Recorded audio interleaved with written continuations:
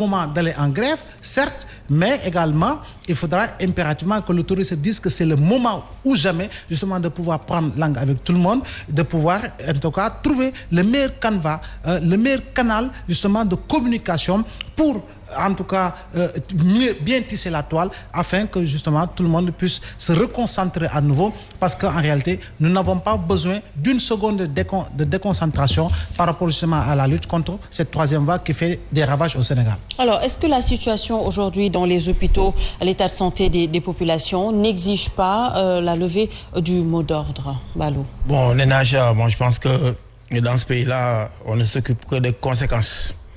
On ne s'occupe pas de causes. Peut-être un débrayage, un sitting, etc. pourrait créer quelques difficultés. Mais en amont, la cause, c'est quoi? La cause, c'est la non-application d'accords. La cause, c'est des rencontres qui devaient se tenir, qui ne sont pas tenues. La cause, c'est des accords qui remontent même avant 2019, qui sont là. Et la cause, c'est on a attendu aussi 3 années durant. 2018, décembre 2018, on est presque en fin 2021, parce qu'on est au mois d'août. Donc nous pensons que nous avons donné du temps au temps. Je pense que les gens veulent abuser peut-être de notre patience, ou peut-être abuser de notre passivité. Et c'est parce que nous sommes des responsables. Nous savons que ce sont nos parents qui sont là. Vous et moi, nous tous, nous en avons. Bon, maintenant aussi, un syndicat aussi, c'est fait aussi pour se battre, pour la défense des intérêts matériels et moraux. Mais est-ce que vous ne pouvez pas vous faire entendre sans pour autant paralyser le système? Mais si vous étiez monsieur le ministre de la Santé, donc on vous aurait accueilli donc à bras ouverts, parce que vous aurez au moins créé les conditions d'une rencontre, de dialogue. Mais si l'autorité qui doit appeler au dialogue n'appelle pas au dialogue, c'est pas à nous de déclencher un plan d'action et de dire bon, on sursoit à ce plan d'action. Mais c'est à l'autorité de prendre toutes ses responsabilités, de regarder le sort de ces malades qui devraient en pâtir si on devait donc quitter les salles donc d'hospitalisation, ou si on devait boycotter la vaccination. Et vous savez, en 2018, on le dit en passant, c'est parce qu'on s'est attaqué au programme et surtout au PV, c'est quand on a commencé à rendre les antigènes, donc ces antigènes qui ont été presque achetés par Gavi, parce que le Sénégal ne pourra pas acheter tous ces vaccins. C'est parce qu'on a commencé à rendre les vaccins, c'est parce qu'on a commencé à rendre la logistique, à savoir les motos, les glaciers et tout. C'est à ce moment que le gouvernement a senti le besoin peut-être de nous appeler pour décrisper. Mais tant qu'on faisait des grèves avec le respect des urgences et du service minimum, des grèves humanisées, bon, il se disait qu'il n'y a pas de clash, il n'y a rien du tout, on s'en accommode. Et ce n'est pas bien de banaliser la grève. Parce qu'une seule heure de grève dans un poste de santé priverait à quelqu'un d'un pansement qui aurait pu peut-être le soulager. Ou une seule minute, ou une seule seconde dans une salle de réanimation, c'est beaucoup. Nous en avons conscience. C'est nous qui avons choisi ce métier-là. Oui. Mais aussi, donc, ce qu'on dit tout le temps aussi, on ne se nourrit pas que d'honneur. Donc nous méritons donc, tout le respect qu'il faut. Et si vous avez lu aussi nos déclarations, voyez-vous, sur 1000 milliards qu'on a débloqués pour faire face à la pandémie, même s'il y a des problèmes de résilience économique, nous pensons que les problèmes sanitaires et les problèmes médicaux, donc c'est des problèmes primordiaux. Et quelle est la part qui a été réservée au personnel? Je ne parle pas du ministère en tant que tel, c'est eux qui ont dit 105 milliards. Mais 7 milliards pour le personnel. Et vous n'avez pas oublié qu'il n'y a pas 2 ou 3 mois, on a convoqué l'Assemblée nationale pour faire quoi? Pour revoir la loi des finances. Donc ça veut dire quoi? Qu'est-ce que vous dites alors de ces déclarations du Pour faire ministre? quoi? Pour faire face à 450 milliards, à 150 milliards pour régler le problème des jeunes. Oui, mais Mbalo, que dire des déclarations du ministre de la Santé qui avait soutenu quand même que vous aviez reçu 7 milliards? Vous étiez dans cette logique-là. Qu'est-ce qu'on devrait retenir dans ce sens? Ce qu'on retient, c'est que d'abord, nous n'avions rien demandé en termes donc, de motivation.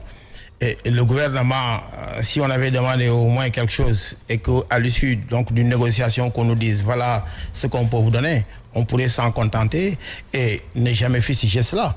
Mais c'est après, disons, le bilan qu'on a appris, c'est avec le bilan qu'on a appris, le bilan du Covid ou force Covid, qu'on a appris que 105 milliards avaient été dégagés. Et c'est le ministre de la Santé qui a dit de ces 105 milliards, il y a eu 7 milliards. Et je pense que nous méritons plus de 7 milliards. Parce qu'on ne peut pas, avec 105 milliards, réserver près de 5% comme part du personnel. Et puis les ressources humaines sont les ressources humaines les plus importantes. Ce sont les ressources humaines qui déterminent les autres. On ne peut pas acheter tout en matériel, en équipement et dire oui, vous autres, vous ne méritez absolument rien, tout, allez-vous-en. Et c'est comme si c'est ce qui se faisait. On parle de 7 milliards, c'est vrai, mais il faut voir que pour ces 7 milliards, d'abord, nous ne connaissons pas la clé de répartition.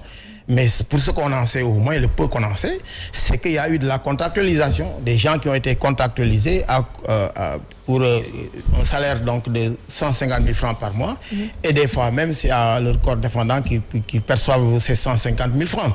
Les autres maintenant, ils ont dit 50 000 francs par mois. On n'avait même pas dit de délai, mais 6 mois après, on a arrêté.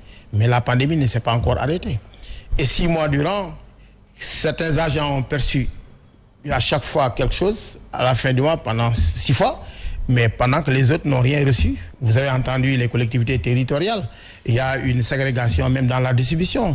À l'Institut Pasteur qui déjà a beaucoup profité donc, de ces Covid, c'est vrai, c'est leur travail de traiter, disons, des tests.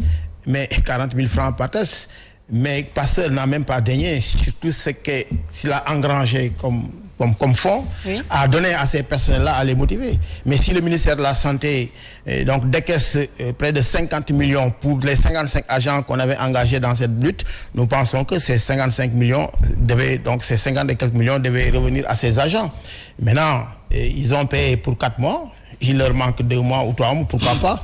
Alors que les autres qui avaient été engagés, non seulement n'ont pas eu 150 000, n'ont pas eu 50 000. Maintenant, ceux qui sont sur le terrain, c'est les Badianougor, c'est les agents de santé communautaires, c'est les ICP.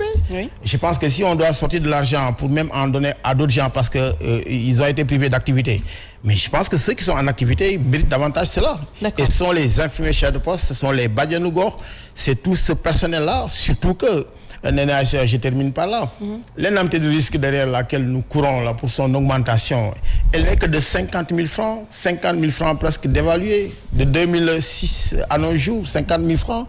On demande 100 000 francs et disons son intégration dans la limitation de la pension de retraite. Parce que les travailleurs de la santé, quand ils vont à la retraite, c'est à ce moment donc ils ont perdu presque tout leur système immunitaire. Et ils sont là dans des situations difficiles. Et c'est à ce moment qu'on les fréquente chez eux. Alors, jusqu'ici, on ne peut pas régler cette question. Mais si on ne peut pas donner 50 000 francs d'indemnité, alors que dans les autres pays, on est en train même de revaloriser les grilles salariales, nous pensons que nous méritons beaucoup plus de générosité de la part de M. le Président de la République, beaucoup plus d'empathie, surtout dans cette période-là où on a perdu beaucoup de travailleurs. Hier seulement, paix à son âme, le médecin-chef du district de Saint-Louis, Dr Kabou, a perdu l'âme, a rendu l'âme, pardon. Avant Dr Kabou, j'ai énuméré quelques gens aussi qui sont partis. Une femme enceinte, une sage-femme de 27 ans, qui perd son enfant et sa vie en même temps. Donc c'est des situations difficiles. Nous savons qu'il y a un coût à... Il y a un prix à payer. Il y a un prix à payer, ça on le sait. Alors c'est dommage, malheureusement, ce qui se passe. Alors Abdoulaye, c'est quand même un problème quand l'autorité réagit que justement quand il y a eu quand on paralyse le système sanitaire. Oui, ça c'est vraiment dommage et regrettable. Je crois bien qu'ici nous devons avoir la culture du dialogue permanent, en tout cas entre l'autorité et tous les segments de la société. Vous savez, à l'heure actuelle, les postes de santé, les centres de santé, les hôpitaux niveau 1, niveau 2, niveau 3 sont pris d'assaut. Et à cause de quoi? Justement, à cause de la virulence, justement, du virus Delta. Mais au-delà du virus Delta, il y a énormément de pathologies, justement, que les Sénégalais traînent. Il y a beaucoup de diabétiques qui fréquentent les hôpitaux et les centres de santé. Il y a